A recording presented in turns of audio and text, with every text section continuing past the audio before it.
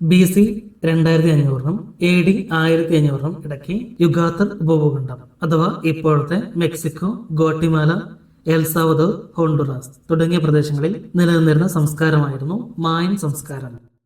ഒരു കാലത്ത് ലോകത്തെ അതിശയിപ്പിച്ച ജനതയായിരുന്നു മായന്മാർ. സ്വന്തമായി ഭാഷ, കലണ്ടർ, ജ്യോതിശാസ്ത്രം, വൈദ്യശാസ്ത്രം, വനശാസ്ത്രം, ചിത്രം വര, കൃഷി തുടങ്ങിയ അഗാധമായ അറിവ്, കെട്ടിട നിർമ്മാണത്തിൽ അഗ്രഗണ്യർ എന്നിങ്ങനെ മായൻ വംശജർ കൈവയ്ക്കാത്ത മേഖലകൾ ഉണ്ടായിരുന്നില്ല. പ്രധാനമായും 3 ഘട്ടങ്ങളിലാണ് അവരുടെ നാഗരികത അടയാളപ്പെടുത്തിയിരിക്കുന്നത്.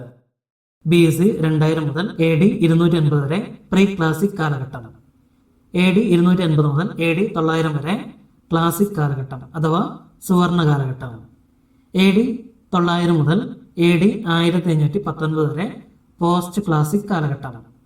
വടക്കൻ മെക്സിക്കോ മുതൽ തെക്ക് മധ്യ അമേരിക്ക വരെ പടർന്നു കിടന്നിരുന്ന പ്രദേശങ്ങളിലെല്ലാം മായൻ സാന്നിധ്യമുണ്ടായിരുന്നു. അവർ കൃഷിയിൽ ഉപജീവനം നടത്തിയവരായിരുന്നു.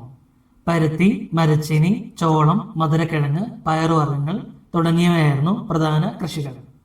അവർ എഴുത്തുവശമുള്ളവർ കൂടിയായിരുന്നു. ഈജിപ്ഷ്യൻ നാഗരികതയിലെ പോലെ മായന്മാരും മരണശേഷമുള്ള ജീവിതത്തിൽ വിശ്വസിച്ചിരുന്നു. ഈജിപ്തിലെ പിരമിഡുകൾ പോലെ മായന്മാരും പിരമിഡുകളുടെ ആകൃതിയിൽ ക്ഷേത്രങ്ങൾ പണിതു.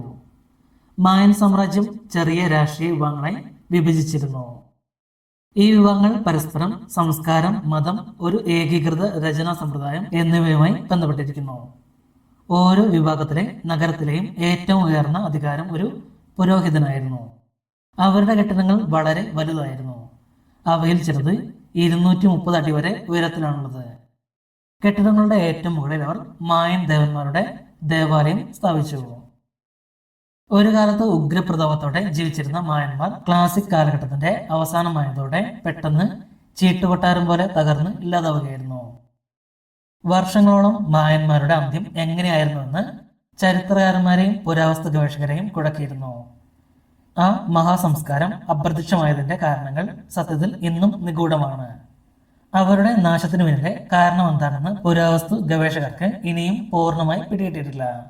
മായന്മാരുടെ ചരിത്രം തേടിയുള്ള യാത്രക്കിടെ മധ്യ അമേരിക്കയിലെ ബെലീസ് കാട്ടിൽ നിന്ന് ലഭിച്ച 2 തലയോട്ടികളാണ് ഗവേഷകരെ ചില പുതിയ നിഗമനങ്ങളിലെത്താൻ പ്രേരിപ്പിച്ചത്.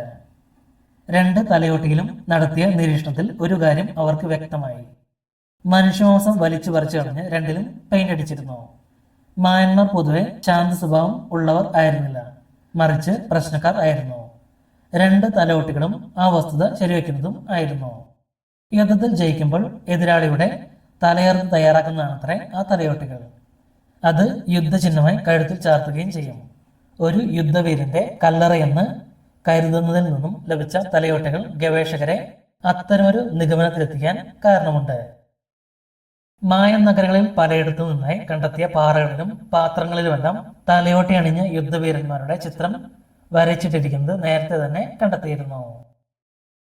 കണ്ടെടുക്കപ്പെട്ട തലയോട്ടികൾ പലയിടത്തും തുളച്ച നിലയിലായിരുന്നു. ഇത് ഭാഗികമായി തൂവലുകൾ വെക്കാനും തുകൽ കൊണ്ടുള്ള വള്ളി തലയോട്ടികളിലേക്ക് കടത്താനും വേണ്ടിയുള്ളതാണെന്നാണ് കരുതുന്നത്. തലയോട്ടിയുടെ പുറകുവശം ചെത്തി നിരപ്പാക്കിയിരുന്നു. യോദ്ധാക്കളുടെ നെഞ്ചിനോട് ചേർന്ന് നിൽക്കുന്നതിന് വേണ്ടിയായിരുന്നു ഇത്. കൂടാതെ താടികലുകളും മറ്റും ഓർന്നു പോകാതിരിക്കാനുള്ള സംവിധാനവും ഉണ്ടായിരുന്നു. ചില അജ്ഞാത ഭാഷയിലുള്ള എഴുത്തും തലയോട്ടിയിൽ കോറി വരച്ചിരുന്നു. ചുവന്ന പെയിന്റാണ് ഭംഗി വരുത്താൻ ഉപയോഗിച്ചിരുന്നത്. ഇത്തരത്തിൽ യുദ്ധത്തിൽ ജയിക്കുന്നവരെ കൊന്ന് തലയെടുക്കുന്ന മായൻ രീതി ആദ്യമായാണ് തിരിച്ചറിയുന്നതെന്നാണ് മിഷിഗൻ സ്റ്റേറ്റ് യൂണിവേഴ്സിറ്റി ആന്ത്രപ്പോളജി ഗവേഷകനായ ഗബ്രിയൽ റോബൻ പറയുന്നത്. ഒരുപക്ഷെ മായന്മാരുടെ നാശത്തിന് കാരണമായതും അവർക്കിടയിൽ തന്നെ അധികാരത്തിന് വേണ്ടി നടന്ന യുദ്ധങ്ങളായിരിക്കാം. ബെലീസിൽ നിന്നും 9ാം നൂറ്റാണ്ടോടെ മായന്മാർ കൂട്ടപലായനം ചെയ്തിരുന്നെന്ന് നേരത്തെ കണ്ടെത്തിയിരുന്നു. രാജകുടുംബത്തെ കൊന്നൊടുക്കിയതിന്റെയും കെട്ടിടങ്ങളും ശവക്കല്ലറകളും തകർന്നതിന്റെയും തെളിവുകളും ലഭിച്ചിരുന്നു. മറ്റൊരു ഊഹം അവർ ഏതെങ്കിലും പകർച്ചവ്യാധി മൂലം തുടച്ചു നീക്കപ്പെട്ടിരിക്കാം എന്നതാണ്. പക്ഷേ 1995 മുതൽ കേംബ്രിഡ്ജ് സർവകലാശാലയിലെ ഡേവിഡ് ഹോഡലും സംഘവും 23 വർഷത്തോളം നടത്തിയ നീണ്ട മറ്റൊരു പഠനത്തിനൊടുവിൽ മായന്മാരുടെ നാശത്തിന് കാരണമായി തീർന്നത് കൊടും വരൾച്ചയായിരുന്നു എന്നാണ് കണ്ടെത്തിയത്. അക്കാലത്ത് മായൻ മേഖലയിൽ പതിറ്റാണ്ടോളം 70% വരെ മഴ കുറഞ്ഞിരുന്നു എന്നായിരുന്നു അവരുടെ കണ്ടെത്തൽ. അത് വിശദീകരിക്കുന്നതിന് വേണ്ടി എങ്ങനെയാണ് വനനശീകരണം വരൾച്ചയിലേക്ക് നയിച്ചതെന്നതിന്റെ കമ്പ്യൂട്ടർ മോഡലുകളും അവർ തയ്യാറാക്കിയിരുന്നു.